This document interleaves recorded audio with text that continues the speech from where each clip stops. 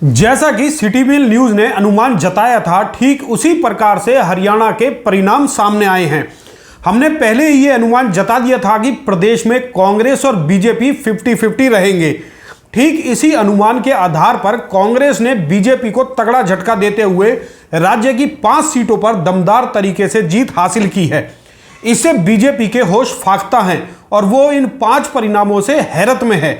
दोस्तों नमस्कार, मैं हूं संजय कपूर और आप देख रहे हैं सिटी मेल न्यूज। आपको याद होगा कि हमने पहले ही बता दिया था कि बीजेपी के इंटरनल सर्वे में यह तय हो गया है कि 2024 में उन्हें हरियाणा में बड़ा झटका लगने जा रहा है। बीजेपी की इंटरनल सर्वे रिपोर्ट को भी हमने सबसे पहले सार्वजनिक किया था और यह भी बता दिया था कि कांग्रेस को बड़ा लाभ मिलने जा रहा है। सिटी मेल न्यूज की रिपोर्ट के अनुसार ही कांग्रेस को हरियाणा में 5 सीटें मिली हैं, जो कि 2019 के मुकाबले बड़ी सफलता है। आपको पता ही होगा कि 2019 में बीजेपी को हरियाणा में सभी 10 सीटों पर बड़ी जीत मिली थी। करनाल और फरीदाबाद ने बम्पर जीत दर्ज करते हुए देश भर में एक इतिहास बनाया था, परंतु उस जीत की तुलना 2024 से की जाए तो इस बार भाजपा को बहुत बड़ा नुकसान झेलना पड़ा है और 5 महत्वपूर्ण लोकसभा क्षेत्र उनके हाथों से निकल गए हैं। कांग्रेस ने रोहतक और सिरसा में बड़े मार्जिन से बीजेपी प्रत्याशियों को हराया है। सिरसा से पहले ही तय हो गया था कि कुमारी शैलजा को बीजेपी के अशोक तंवर पर बड़ी जीत मिलने जा रही है। अब जब रिजल्ट आ गए हैं तो कुमारी शैलजा ने 2,67,000 वोटों से भी अधिक से अपनी जीत दर्ज की है। वहीं रोहतक में दीपेंद्र सिंह हुड्डा की जीत भी पहले से ही तय मानी जा रही थी।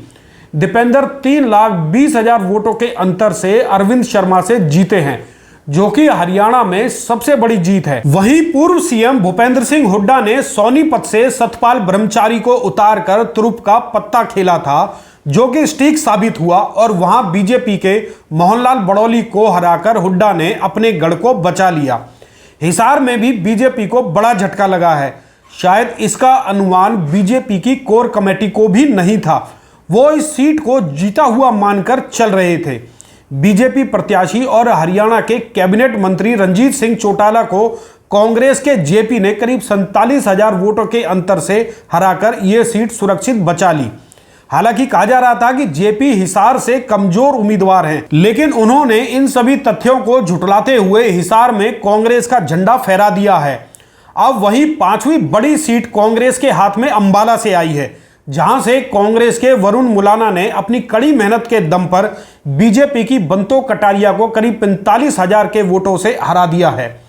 सीएम भूपेंद्र सिंह हुड्डा को यह बड़ी जीत मिली है। आपको बता दें कि पीएम मोदी ने अंबाला में आकर बंतो कटारिया के लिए वोट मांगे थे और उनके पति स्वर्गीय रतनलाल कटारिया को अपना दोस्त बताया था, लेकिन अंबाला के लोगों ने मोदी के जादू को बेअसर कर दिया और यह सीट कांग्रेस को सौंप दी। हालांकि बाकी 5 सीटों पर भी मुकाबला काफी रोचक रहा है। यदि कांग्रेस थोड़ी और मेहनत करती तो भिवानी महेंद्रगढ़ पर भी जीत दर्ज की जा सकती थी। वहां बीजेपी के धर्मवीर सिंह और कांग्रेस के रावदान सिंह के बीच कांटेदार मुकाबला रहा है और जीत का अंतर करीब 40,000 वोटों का रहा है, जो कि ज्यादा या फिर बड़ा अंतर नहीं है। थोड़ी सी मेहनत करके इस सीट को कांग्रेस के खाते में लाया जा सकता था। गुरुग्राम में भी राव इंद्रजीत सिंह के कद को देखते हुए कांग्रेस के राज बब्बर ने उनके पसीने निकाल दिए। इस सीट पर भी थोड़ी और मेहनत होती तो फिर करिश्मा हो सकता था। वहीं अब बात करें कुरुक्षेत्र की, तो आम आदमी पार्टी के प्रत्याशी सुशील गुप्ता को इनेलो के अभय सिंह चौटाला ने बड़ा डेंट पहुंचाया है, जिस वजह से वहां बीजेपी के नवीन जिंदल मात्र 30,000 वोटों के अंतर से जीते हैं। जबकि करनाल में कांग्रेस प्रत्याशी दिव्यांशु बुद्धि राजा ने कड़ी मेहनत तो की थी, लेकिन इस सीट पर मोदी फैक्टर ने पूर्व सीएम मनोहर लाल को करीब 2.5 लाख वोटों के अंतर से बंपर जीत दिला दी है। हालांकि 2019 में करनाल से संजय भाटिया ने करीब 6.5 लाख से अधिक जीत दर्ज की थी, लेकिन इस बार जीत का यह मार्जिन 2.5 लाख पर आ गया है। हालांकि सीधे तौर पर कहा जाए तो मनोहर लाल को नरेंद्र मोदी के चेहरे पर जीत हासिल हुई है। ठीक इसी तरह से फरीदाबाद में भी चुनाव रोचक रहा है। कांग्रेस के प्रत्याशी महेंद्र प्रताप ने अपनी मेहनत से बीजेपी प्रत्याशी कृष्णपाल गुर्जर की जीत के आंकड़े को काफी कम किया है। 2019 में श्री गुर्जर इस सीट से करीब 6.5 लाख से जीते थे, मगर इस बार यह जीत 1,80,000 पर सिमट गई है। यदि सीधे तौर पर कहा जाए तो फरीदाबाद में मोदी का जादू चला है और बीजेपी को जीत मिली है। वहीं खबर है कि महेंद्र प्रताप को कई सीटों पर भीतरघात का सामना भी करना पड़ा है। पलवल से लेकर पिरथला, तिगांव और बल्लभगढ़ में उन्हें हैरत अंगेज तरीके से हार का सामना करना पड़ा है, जिसकी उन्हें कतई उम्मीद नहीं थी। वहीं बड़कल विधानसभा क्षेत्र से बीजेपी को 36,000 वोटों की बढ़त मिली है।